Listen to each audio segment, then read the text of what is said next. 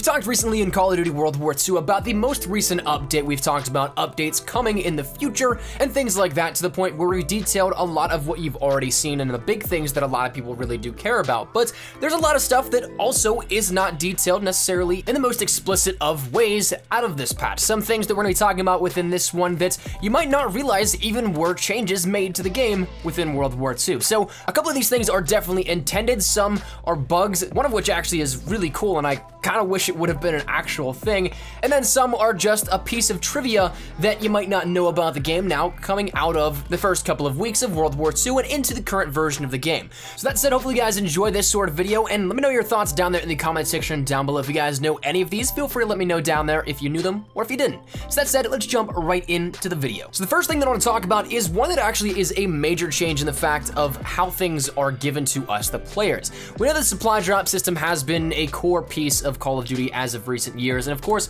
within World War II, that still continues to be the case. The one thing though that a lot of people didn't necessarily like out of supply drops as of the first couple of weeks was that pretty much all of the content you got, sure, it would have been cool, but a lot of the stuff you didn't know exactly where it would be for. So if you got some sort of, say, character uniform, some weapon variants, and you couldn't tell what the weapon was by the icon itself, a lot of these sorts of things that were allocated to specific areas of the game, not all of them were necessarily discernible on how you could find them in your menus and how you could put them onto your character. So this was one of those things that was taken into account and has been changed around as of the current time. If you go into World War II and open up any supply drops now at any point in time going forward, not only will you have the ability to get the same character customization and cosmetic features that you'd be able to out of supply drops normally, but you also get a clear, concise definition of where you can find these sorts of things. So previously, if you say got a little bit of a customization for the airborne division, you wouldn't have any indication that it was specifically for that. Now you'll end up seeing the division icon in the upper left corner,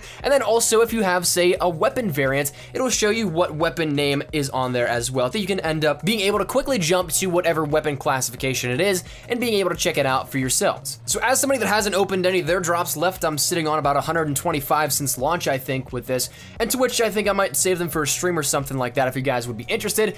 I personally haven't necessarily noticed it too much for my drops, to the point where I don't know where I'm looking for things, but I know a lot of people definitely have that concern as to being sort of lost in their menu UI when looking for items. That was something that was addressed on multiple fronts throughout different social media outlets, but nonetheless has been taken care of with this one, and moving forward, it shouldn't be any sort of issue at all anymore.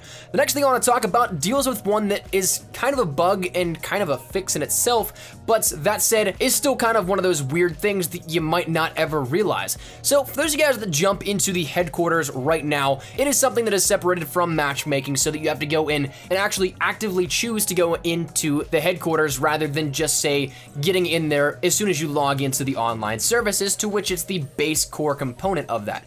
Now, while it is something that ends up being its own thing, you might jump in and notice that it feels a little bit choppy. It doesn't feel as smooth as it did, even whenever there were some server issues within Call of Duty World War II, that whenever you had a populated headquarters, or if you didn't have a populated headquarters, it just seems like walking around is a little more choppy, almost like you're not getting 60 frames per second.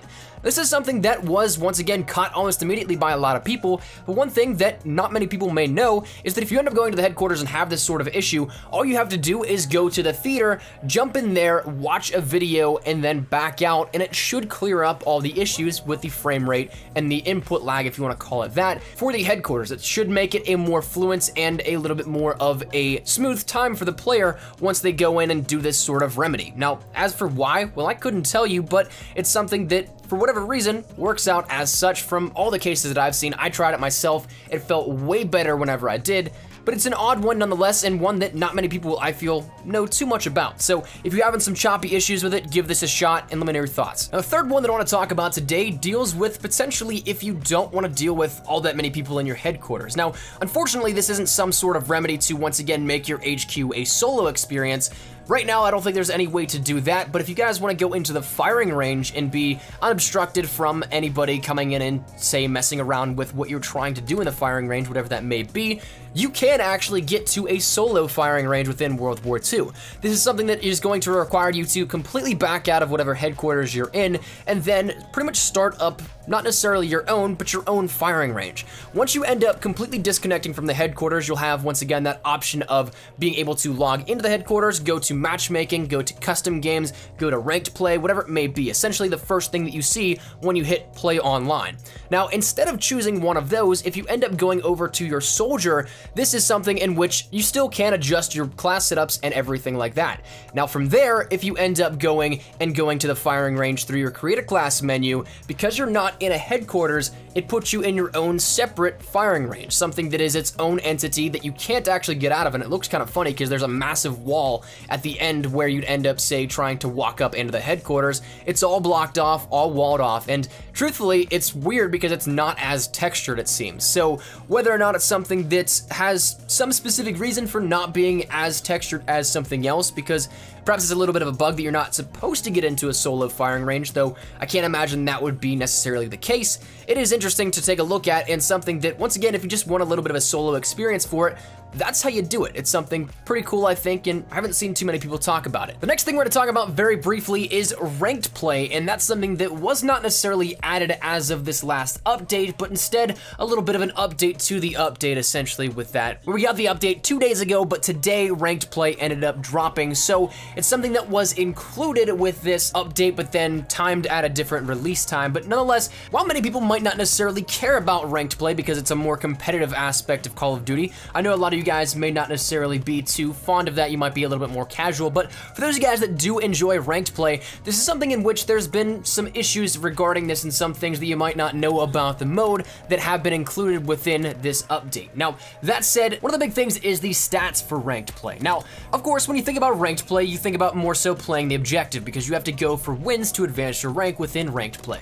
That said, though, that would also inadvertently almost make you sacrifice your kill-death ratio, sometimes your score per minute, sometimes your win-loss, simply because you're not playing how you might play casuals or pubs like in a regular playlist. Now, the thing you might not realize is that the stats actually count for some reason in ranked play, transferring over to your casual and public match rank statistics as well. So while you won't get XP or anything to progress your soldier throughout your actual progression through, say, 10th prestige and master prestige in ranked play, the things like your wins, losses, KD, score per minute, all that counts towards your public match statistics despite being its own separate ranked mode and playlist. So having saw this already once within the 1v1 pit and headquarters affecting your stats, it's something that I don't think this is necessarily supposed to be how it was planned. I don't think that being its own separate entity in its own separate mode with skill-based matchmaking and everything like that in ranked play, it's not supposed to affect your stats in public match. So whether or not it was something that was intentional or accidental and something that will be fixed at a later point in time, right now when you go play ranked, your stats will carry over to your public stats. So just be careful with that and do with that information what you will. And the final two things are little bits of bugs. One is actually, I think, once again, like we mentioned, very cool and one that I kind of wish would actually be a thing. And the second one is a little bit of an inadvertent bug that happened as a result of this update and should be changed with a hotfix or something coming very near here in the future.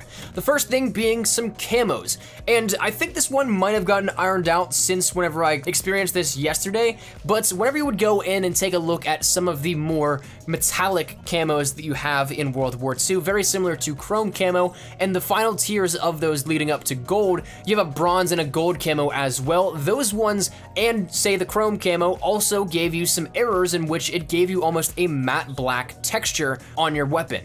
Now this is something that I thought was very cool. Once again, a little bit of a bug that wasn't supposed to be like this, but honestly, if this was a camo, I would sport it on everything. Now of course, this is one that differs depending on what sort of weapon it is, the different variants that you have, and a few other factors, but especially on some weapons, it looks fantastic. And like I said, you know what? I'd be cool with this if this was actually a real camo. Unfortunately though, for me, it's not. Maybe you guys like it, maybe you guys hate it, but it's one that was a little bit of a bug once the new update rolled around. Now the final thing that I want to talk about is a bug that not necessarily is very good, but I think will be fixed here very shortly. As we all know, one of the ways we can get supply drops within World War II is via the after action report, very similar to CSGO's system in which it randomly will assign somebody to earn a supply drop. Now, that said, with how it's done in World War II, it essentially just goes through almost like a roulette sequence and it chooses somebody randomly, and through that selection process, it will make a ticking noise as if it hits every single name. But where this now becomes a bug is that as of this recent update and patch,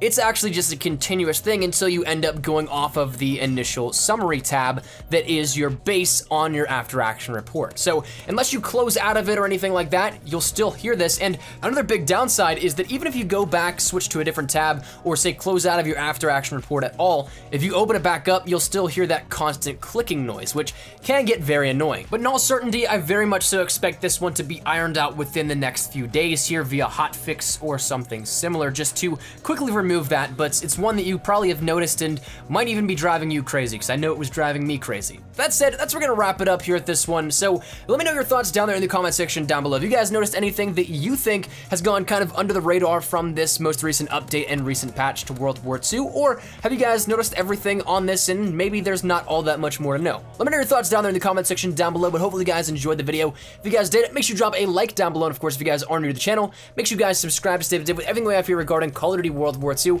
gonna be killing it with the content, anything regarding news, updates, patch notes, tips, tricks, best class setups, leaks, all that good stuff. We got you covered here up on the channel. So if any of it interests you, make sure you hit that subscribe button so you don't miss a single thing. And finally, if you guys want to follow me over on Twitter, that's the best place to get connected with me outside of YouTube. I practically live on Twitter. So if you guys want to strike up a conversation, ask me a question, whatever it may be, link is down there in the description below.